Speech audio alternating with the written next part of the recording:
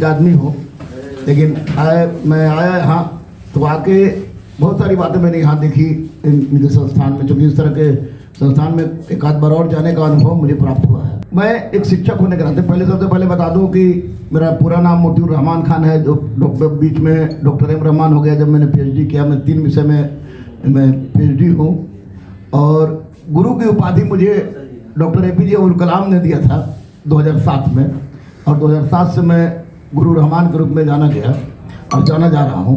दूसरी सबसे महत्वपूर्ण बात है कि मैं और मेरा एक छोटा भाई है, एक माँ के गर्भ से तो नहीं निकला है लेकिन उससे कम नहीं है, मुन्ना, दोनों मिलकर हम लोग एक संस्थान चला रहे हैं। संस्थान का पहला नाम था एम सिविल सर्विस, लेकिन मेरी बेटी का नाम अदम्य अदिति है, उसी के नाम पर एक संस्थान चल रहा है अदम्य अदिति गुरुकुल। और यह गुरुकुल जैसा कि इन्होंने बताया कि आईएएस, तो मैं नाम कंफ्यूज हुआ था कि आईएएस मतलब हम लोग किस तरह की आईएएस की बात कर रहे हैं, तो श्रवण जी ने क्लियर किया।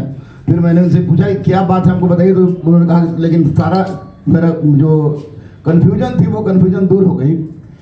मैं सिर्फ और सिर्फ यही बता दूंगा, सबके सामने सब लोग शिक्षित है, सब लोग ज्ञानी हैं, ये बता दूं कि आज के दिन में बदलते हुए दौर में कहिए या पहले भी कहिए, जब से कहिए तो दुनिया में अपने वजूद को स्थापित करने और अपने आप को प्रमाणित करने के लिए जो सबसे बड़ा चीज अगर किसी के पास है तो ना गाड़ी है, ना घोड़ा है, ना मकान है, ना जमीन है, ना कुछ फैक्ट्री है, अगर उसके पास है तो एजुकेशन है। एजुकेशन से ही तकदीर भी बदलती है और तस्वीर भी बदलती है, ये मैंने देखा है। मैं आपको बता दूं कि चूंकि सब लोग एक बौद्धिक प्रवृत्ति के हैं, बौद्धिक लग भी रहे हैं, तो और बौद्धिक जगह मैं आया भी हूँ कि मेरा अंतर्धार्मिक विवाह है। मेरी पत्नी का नाम अमिता कुमारी है, मेरी बेटी का नाम अदम्य अदिति है, मेरे बेटा का नाम अभिज्ञान अर्जित है। और हिंदुस्तान के अब विश्व में मैं पहला व्यक्ति हूँ कि मेरी बेटी और बेटा का नाम बाप के नाम पर ना होके माँ के नाम पर है। स्कूल में दोनों का रिलीजन हिंदू है, मैं मिक्स वेजिटेबल हूँ, उससे कोई मतलब नहीं। लेकिन एक चीज़ मैंने सीखा, और वो चीज़ मैंने सीखा कि कभी एक ऐसा दौर था कि एक पुलिस ऑफिसर के बेटा को पेपर बांटना पड़ा हो, एक पुलिस ऑफिसर का बेटा दूसरे कोचिंग का पोस्टर साट रहा हो, एक पुलिस ऑफिसर का बेटा आपको मेस से दूसरे का खाना पहुंचा के अपना जीवन जी रहा हो, एक पुलिस ऑफिसर का बेटा आपको पैम्पलेट बांट रहा हो, और अचानक एक ही शक्ति मुझे इस स्थान पर ले आई, तो वह थी हमारे हाथ की ताकत, जो ताकत कलम में निहित थी।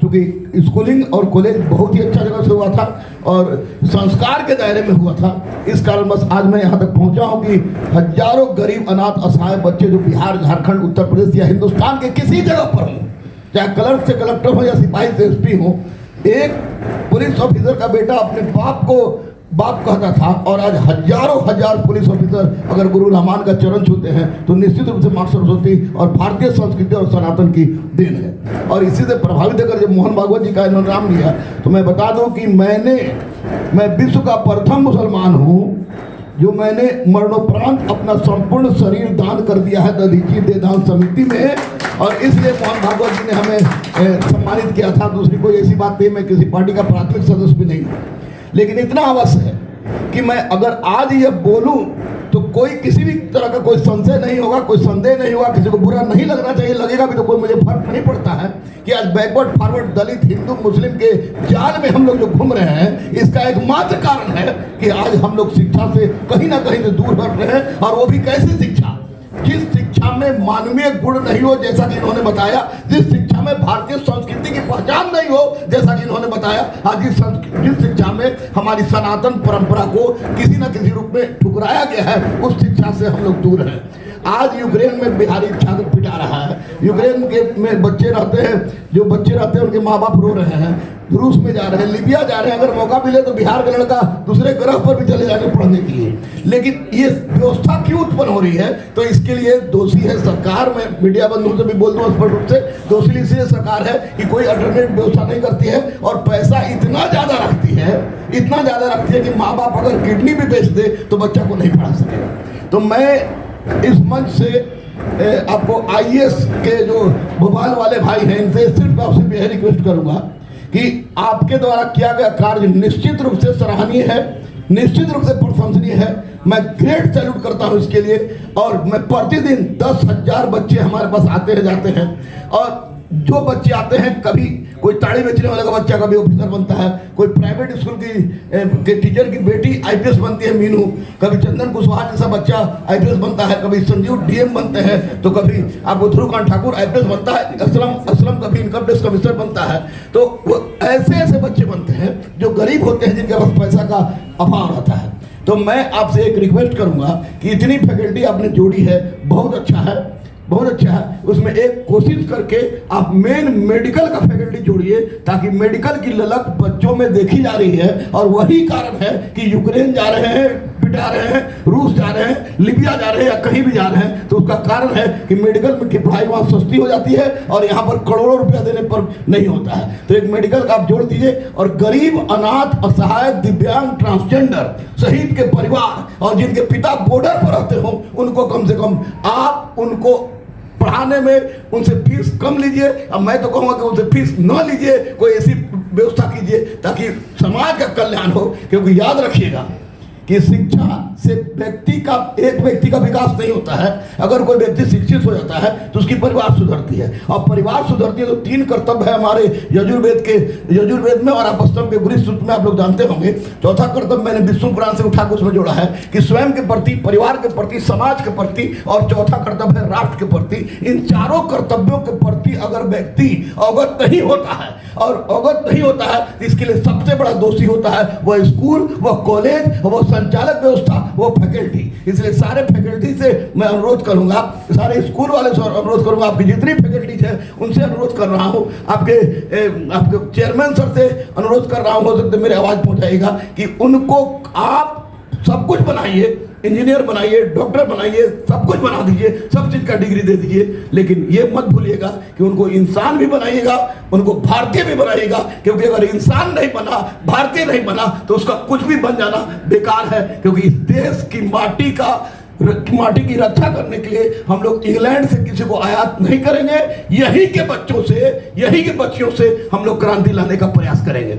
और दूसरी सबसे बड़ी बात, तो बिहार की सरजमीन पर आप लोग आए हैं, बिहार में सब कुछ ठीक ठाक चल रहा है, आप लोग भी जानिए रहे हैं, ठीक ठाक चलिए रहा है, कहना भी पड़ेगा ठीक ठाक चल रहा है। शराबबंदी बहुत अच्छी चीज़ है। आपने कहा कि किसी भी तरह का टोबैको का प्रयोग नहीं होता है, तो मैं बता दूं कि एनसीबी का मैं बिहार झारखंड का ब्रांड एम्बेसडर हूं, और हर महीना में जो शाहरुख खान के आवारा बेटा को जिन्होंने पकड़ा था, उनके साथ हमारी मीटिंग होती है। और घूम के सैटरडे और संडे को मैं, मुन्ना और कुछ ग्रुप घूम के जो सोल्यूशन सुनता है, अजीब टाइप का नशा करता है, उनको सिखाने का, समझाने का प्रयास करते। कभी कभी पिटाई भी हम लोग की हो जाती है, लेकिन वो काम हम लोग कर रहे हैं। तो ये बहुत अच्छी बात लगी, क्योंकि किसी इतने बड़े कैंपस में अगर इस तरह का कोई प्रयोग, ना कोई कंज्यूमर हो, ना कोई देने वाला हो, ये सुन के तो निश्चित रूप से मैं मन गौरवान्वित हुआ। और मुझे लगा कि मेरा आना, क्योंकि आज औरंगाबाद में जाने वाला था, लेकिन अचानक आया, और तो विष्णु पुराण की एक परंपरा याद आ गई कि अतिथि देवो भव। तो मैंने कहा कि नहीं, मैं जरूर आऊँगा, कल चला जाऊँगा वहाँ, भले काम थोड़ा लेट ही सही। वहाँ मैं आया और ये सुना तो मुझे बहुत अच्छा लगा।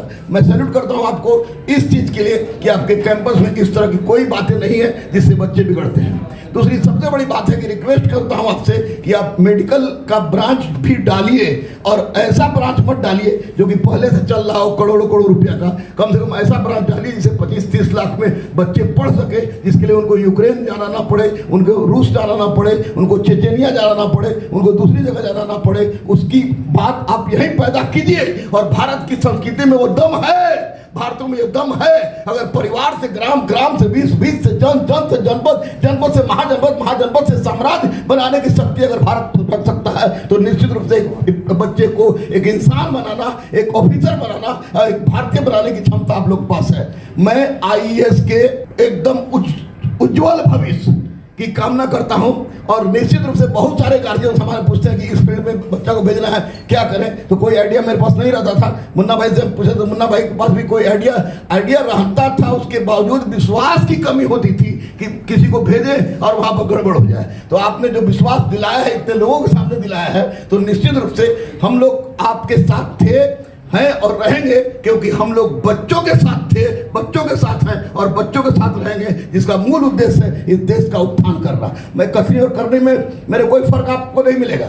यूट्यूबर मैं नहीं हूँ और 1,70,000 के सब्सक्राइबर से मैं नहीं चलता हूँ। मैं कोरोना वैक्सीन का बता दूं कि कोरोना वैक्सीन का कोवैक्सीन का ट्रायल कराने वाला पूरे भारत का 2 व्यक्ति था। एक अनिल विज थे जो संक्रमित हो गए और दूसरा व्यक्ति मैं था, इसलिए पहला पोजीशन में मैं चलाया।